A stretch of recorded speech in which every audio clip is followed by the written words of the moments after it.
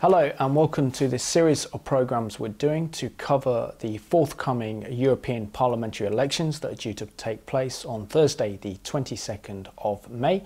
And in today's programme I'm interviewing Gerard Batten, MEP for UKIP and London. Gerald, it's a great pleasure to have you on today's programme, but can you share with us where your passion for politics came from and what led you to become a member of the European Parliament? Well, thanks Simon for inviting me. I'm very pleased to be here. I'm not sure I've got a passion for politics. When I was a boy I was very interested in current affairs. I used to watch all the current affairs programmes, and of course then it was in the middle of the Cold War. And it was all very interesting. And of course I've always been opposed to Britain's membership of the European Union, or the European Economic Community as it was when we joined on 1st of January 1973. And I knew it was a bad idea, and increasingly over the years you saw what happened until 1992, when the Treaty on European Union was going through Parliament, and that was the kind of straw that broke the camel's back for me and forced me to get involved, because I thought, well, I can either do nothing, in which case I have to stop complaining, or I have to do something. I got involved with an organisation called the Anti-Federalist League, and 18 months later that changed its name to the UK Independence Party. And so that's how we got started. I didn't intend and have never wanted a career in politics as such, but I've kind of ended up here by default because I was one of the people that got involved and helped make it happen. I mean, you're in an unusual position because not only are you representing the UK Independence Party, but you're actually a serving member of the European Parliament, and yet you want to be out of a job because of your party stance on Europe. Can you describe for our viewers what your role and responsibility is as a member of the European Parliament? Perhaps if I start by explaining why we're in the European Parliament, and the simple answer to that is because we can win the seats. The European Union helped us out enormously in 1999 when they required every government in Europe to conduct these elections on a proportional representation basis. Breaking through on the first past the post system into Parliament is very difficult, and we hadn't done it by '99. But in proportional representation, people actually get what they vote for. So we got about 7% of the vote in '99. We got 3 MEPs elected. Our leader Nigel Farage was one of those. Then in 2004, when I got elected, we got 16% of the vote. We got 12 MEPs.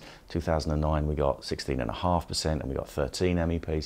And now it looks like we are going to top the poll on the 22nd of May, the electorate and God willing.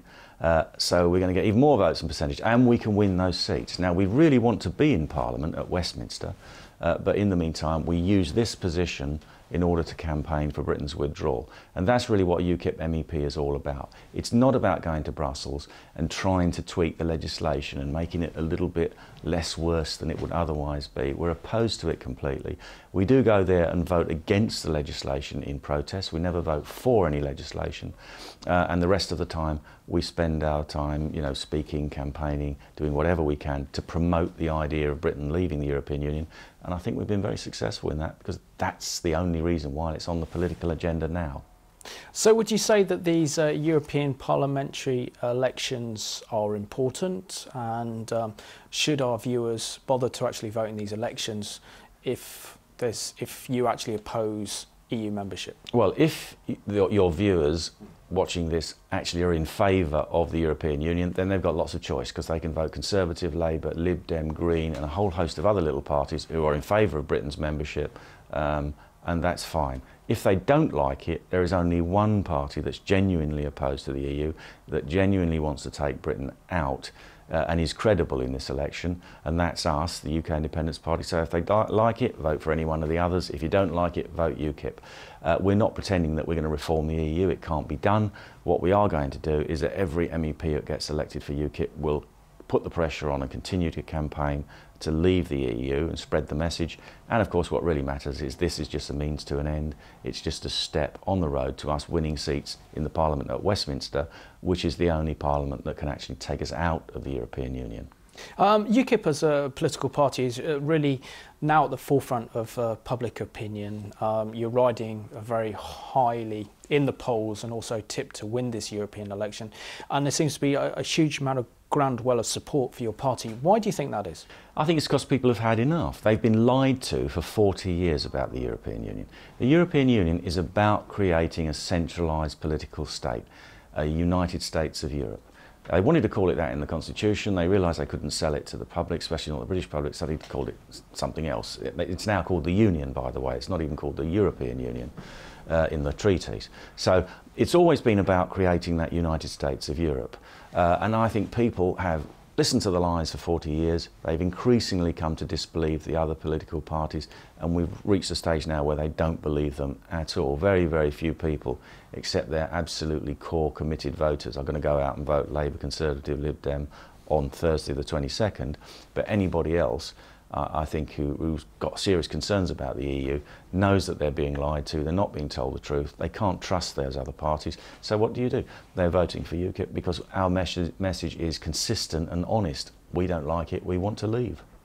And what do you say to your critics who say that UKIP is essentially a racist party and has large elements of the British National Party or even the English Defence League? Well, that's all nonsense. I mean, when we set the party up in '93, our constitution said we are a non-racist, non-sectarian party. So it's never been part of our creed to be like that. The other parties, we don't allow anybody from the BNP to come into our party and be a candidate or hold any official office. If you go and look at the Labour Party, Conservative Party, you will find councillors who were previous members of the BNP. So who's more at fault then? You know, them or us? We don't even allow that. And this whole racist thing, I mean, what is, these people who call us this, what is their definition of racism? I'd really like to know, because it's now become the kind of modern equivalent of the accusation of witchcraft, as was in the 17th century. You call somebody a witch and now a racist, they have to prove their innocence. You don't have to prove their guilt. The whole thing is a smear campaign, because our opponents, and I'm not just talking about the political parties, but in the media, know that they can't beat us on the arguments, so they have to try and smear our name and our character. And the easiest way of doing that in the current world is to call you a racist. But we've got plenty of people in UKIP who are black, Asian. We're not one of these organisations that ask them to tick a box, because we don't care. All we're interested in is people, decent people who come to help us in our cause. But if you came to our meetings or whatever, you'd see plenty of people who come from, I hate the term ethnic minorities, but you know, black, Asian, whatever, and they believe in our cause as well. It's amazing how many people who were migrants who actually support us because they came to this country because they believed in this country, and now they see it being sold down the river and dismantled, and they're as upset as anybody, and in fact in many cases more upset. And when it comes down to UKIP's position to actually withdraw Britain from the EU, many of the major political parties such as Conservative, Liberal Democrats and the Labour Party saying that this will be catastrophic for British jobs and the British economy. What do you say in response? That is another load of baloney, I'm sorry. It's, you know, I did a study on the cost of the EU on the British economy for the first few years I was an MEP, and I'm not an economist, but I took a kind of practical common sense view of this. After a few years, Professor Tim Condon joined UKIP, who is an internationally renowned economist, and I handed the task over to him. He's done a study on all this. You can find it on the UKIP website, you can find it on my website, and he has calculated that the indirect and direct costs on the British economy currently amount to about 11% of gross domestic product, about £170 billion per annum. Now, if we left, we wouldn't get all that back in real cash terms, but we could alleviate the burdens on the economy for over-regulation, common agricultural policy, common fisheries policy, and Tim's itemised all this. If you come specifically on your question of jobs and trade, well, this whole thing about 3 million jobs depending on the EU, no they don't. The person who actually did this research years ago said they were linked. And he came out recently and said this whole thing is being misused. Yes, jobs are linked, but then many, many more millions of jobs on the continent are linked to trade with the UK because they sell us far more than we sell them. And if we left the European Union, they wouldn't put unilateral trade barriers up against us because they can't, because that would be illegal under World Trade Organization rules. And of course they wouldn't want to, because they don't want to stop trading with us, because they sell us a lot of things and they buy our things. So this is a completely spurious and false argument. There are about 150 countries in the world who are part of the WTO, World Trade Organization. They've all signed up to international agreements on trade. We're part of that. They can the EU does have its own barriers up against outside trade, but they can't impose a unilateral barrier on the UK just because they got upset with us if we left the EU. So there is no problem. David Cameron, our Prime Minister, has promised the British people that if his government is re-elected at the next general election next year, that the British people will have a referendum on EU membership.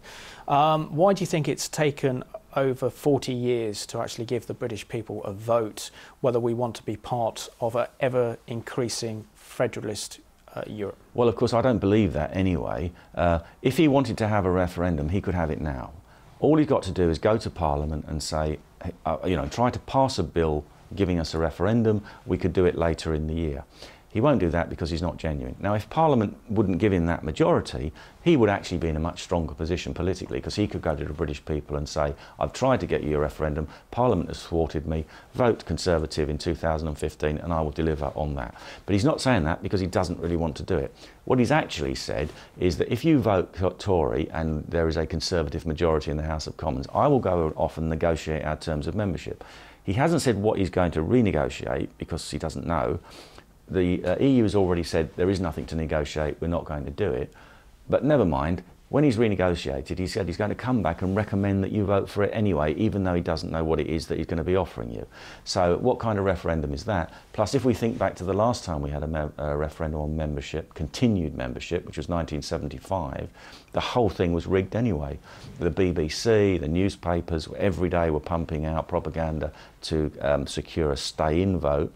And of course, millions and millions of pounds were pumped into the Yes campaign, including money from the CIA, we now know through Freedom of Information documents, requests on documents in the US. The CIA pumped in money because it's part of American foreign policy just to deal with one central authority in Europe, not sort of bothersome little independent democratic countries. So we've got to be very careful that even if there is a referendum, it's not going to be fixed like the last one. My own view is it's never going to happen anyway. I mean, we see with the European Commission in particular, who are driving forward the whole EU project, and clearly over the last few years, particularly since the implementation of the Lisbon Treaty, rebranded as the European Constitution, we've effectively seen our foreign policy dictated, or a convergence of British foreign policy with that of the EU. Why do you think this is dangerous, and what direction is the EU Commission taking the EU in? Well, you've got to realise that from their point of view, as I said, it's the United States of Europe, even if it's not called that yet. So what do you do when you create a new country? I mean, you've got to have your parliament, your flag, we've got all that. You've got to have your government, or the Commission is the real government now, and of course a single currency, although not everybody's in that yet. And it will collapse before they go in, but that's another story. But so you have all these things, and what's the other prime thing that a country must have? It must have a foreign policy, and if you're going to have a foreign policy, you have armed forces. The Treaty on European Union, which I referred to earlier, in '92, actually set up the basis for a foreign policy with leading to a common defence. Now, what's a common defence? It's got to be common armed forces, and they are slowly being absorbed together.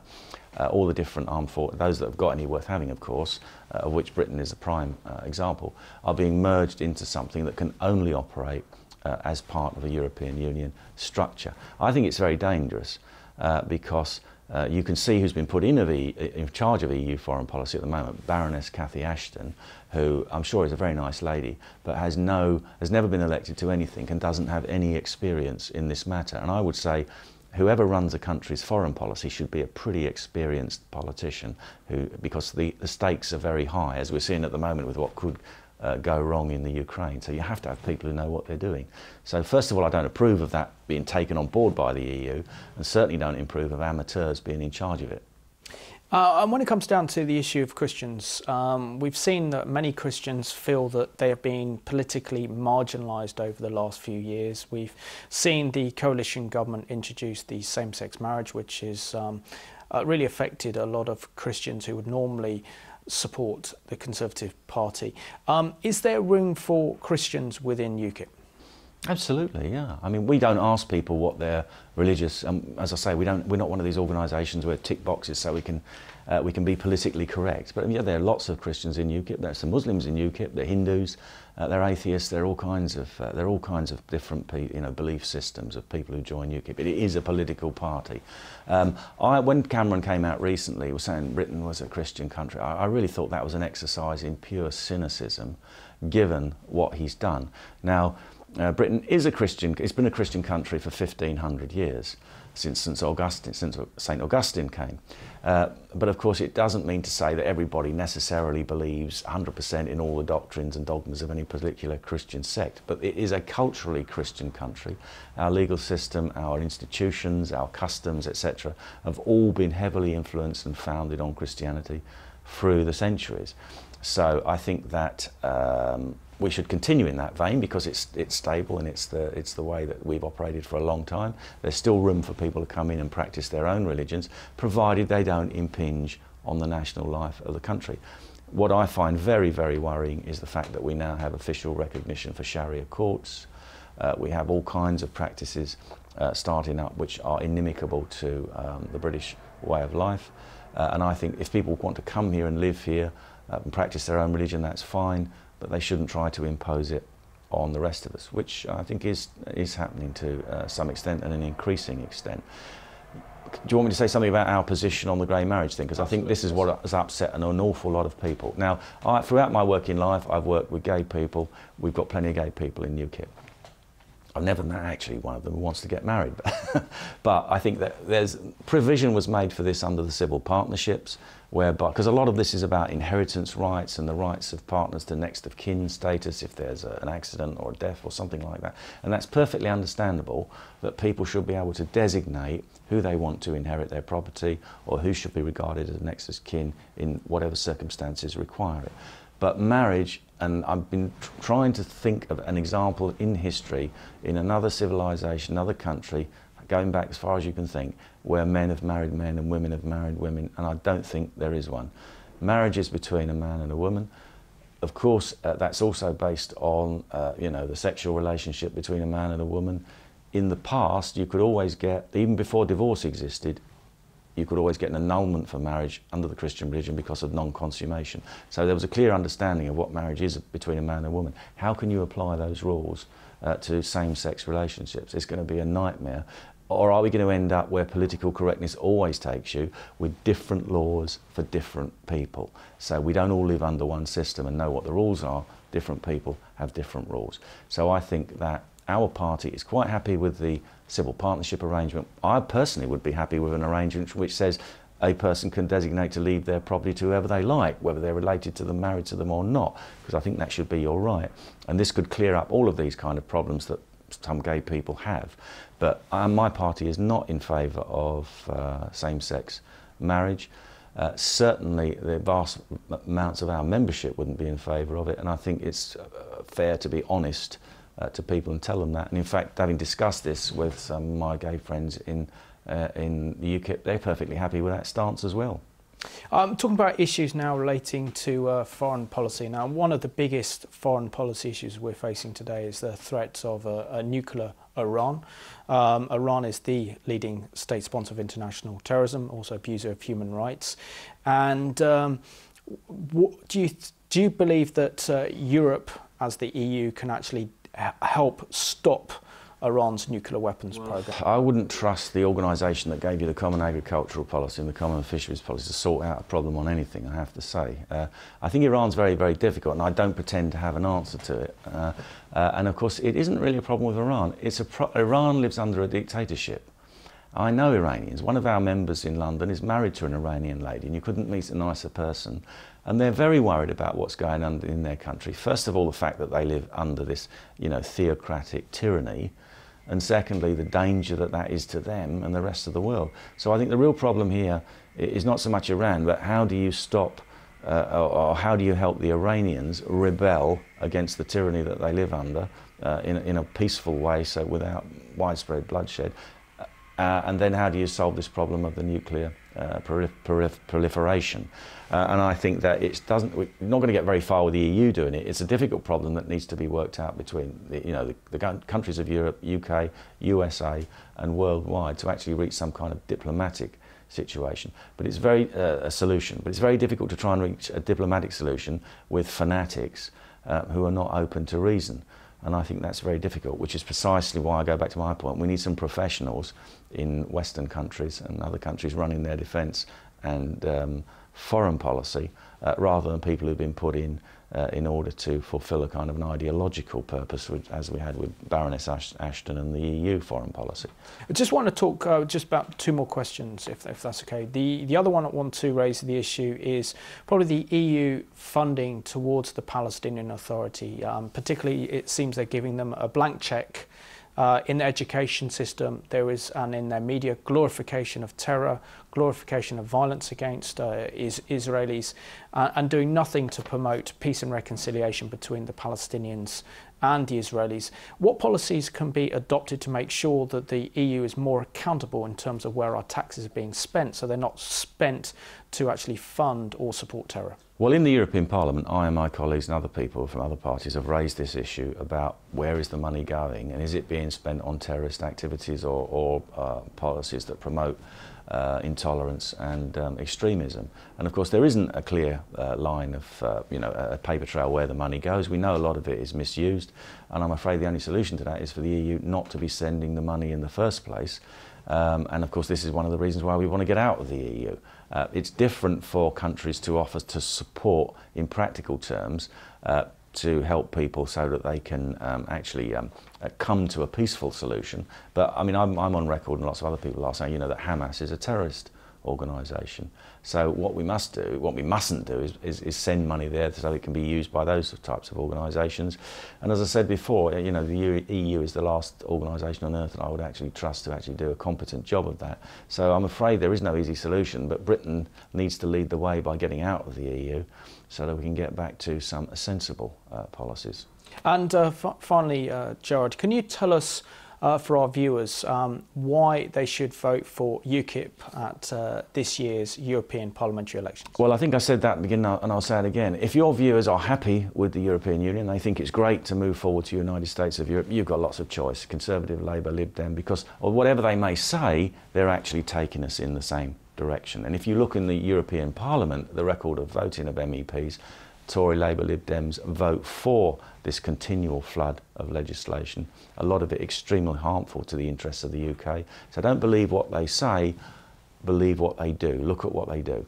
If you like that, great, you've got lots of choice. If you don't like it and you want Britain to leave the European Union, if you think Britain should be an independent, self-governing, democratic nation, then vote UKIP and enable people like me and my increased number of colleagues on the 22nd to actually campaign to get us out. Gerald, Batten, MEP for London, thank you so much for joining me on today's programme. You're welcome, thank you.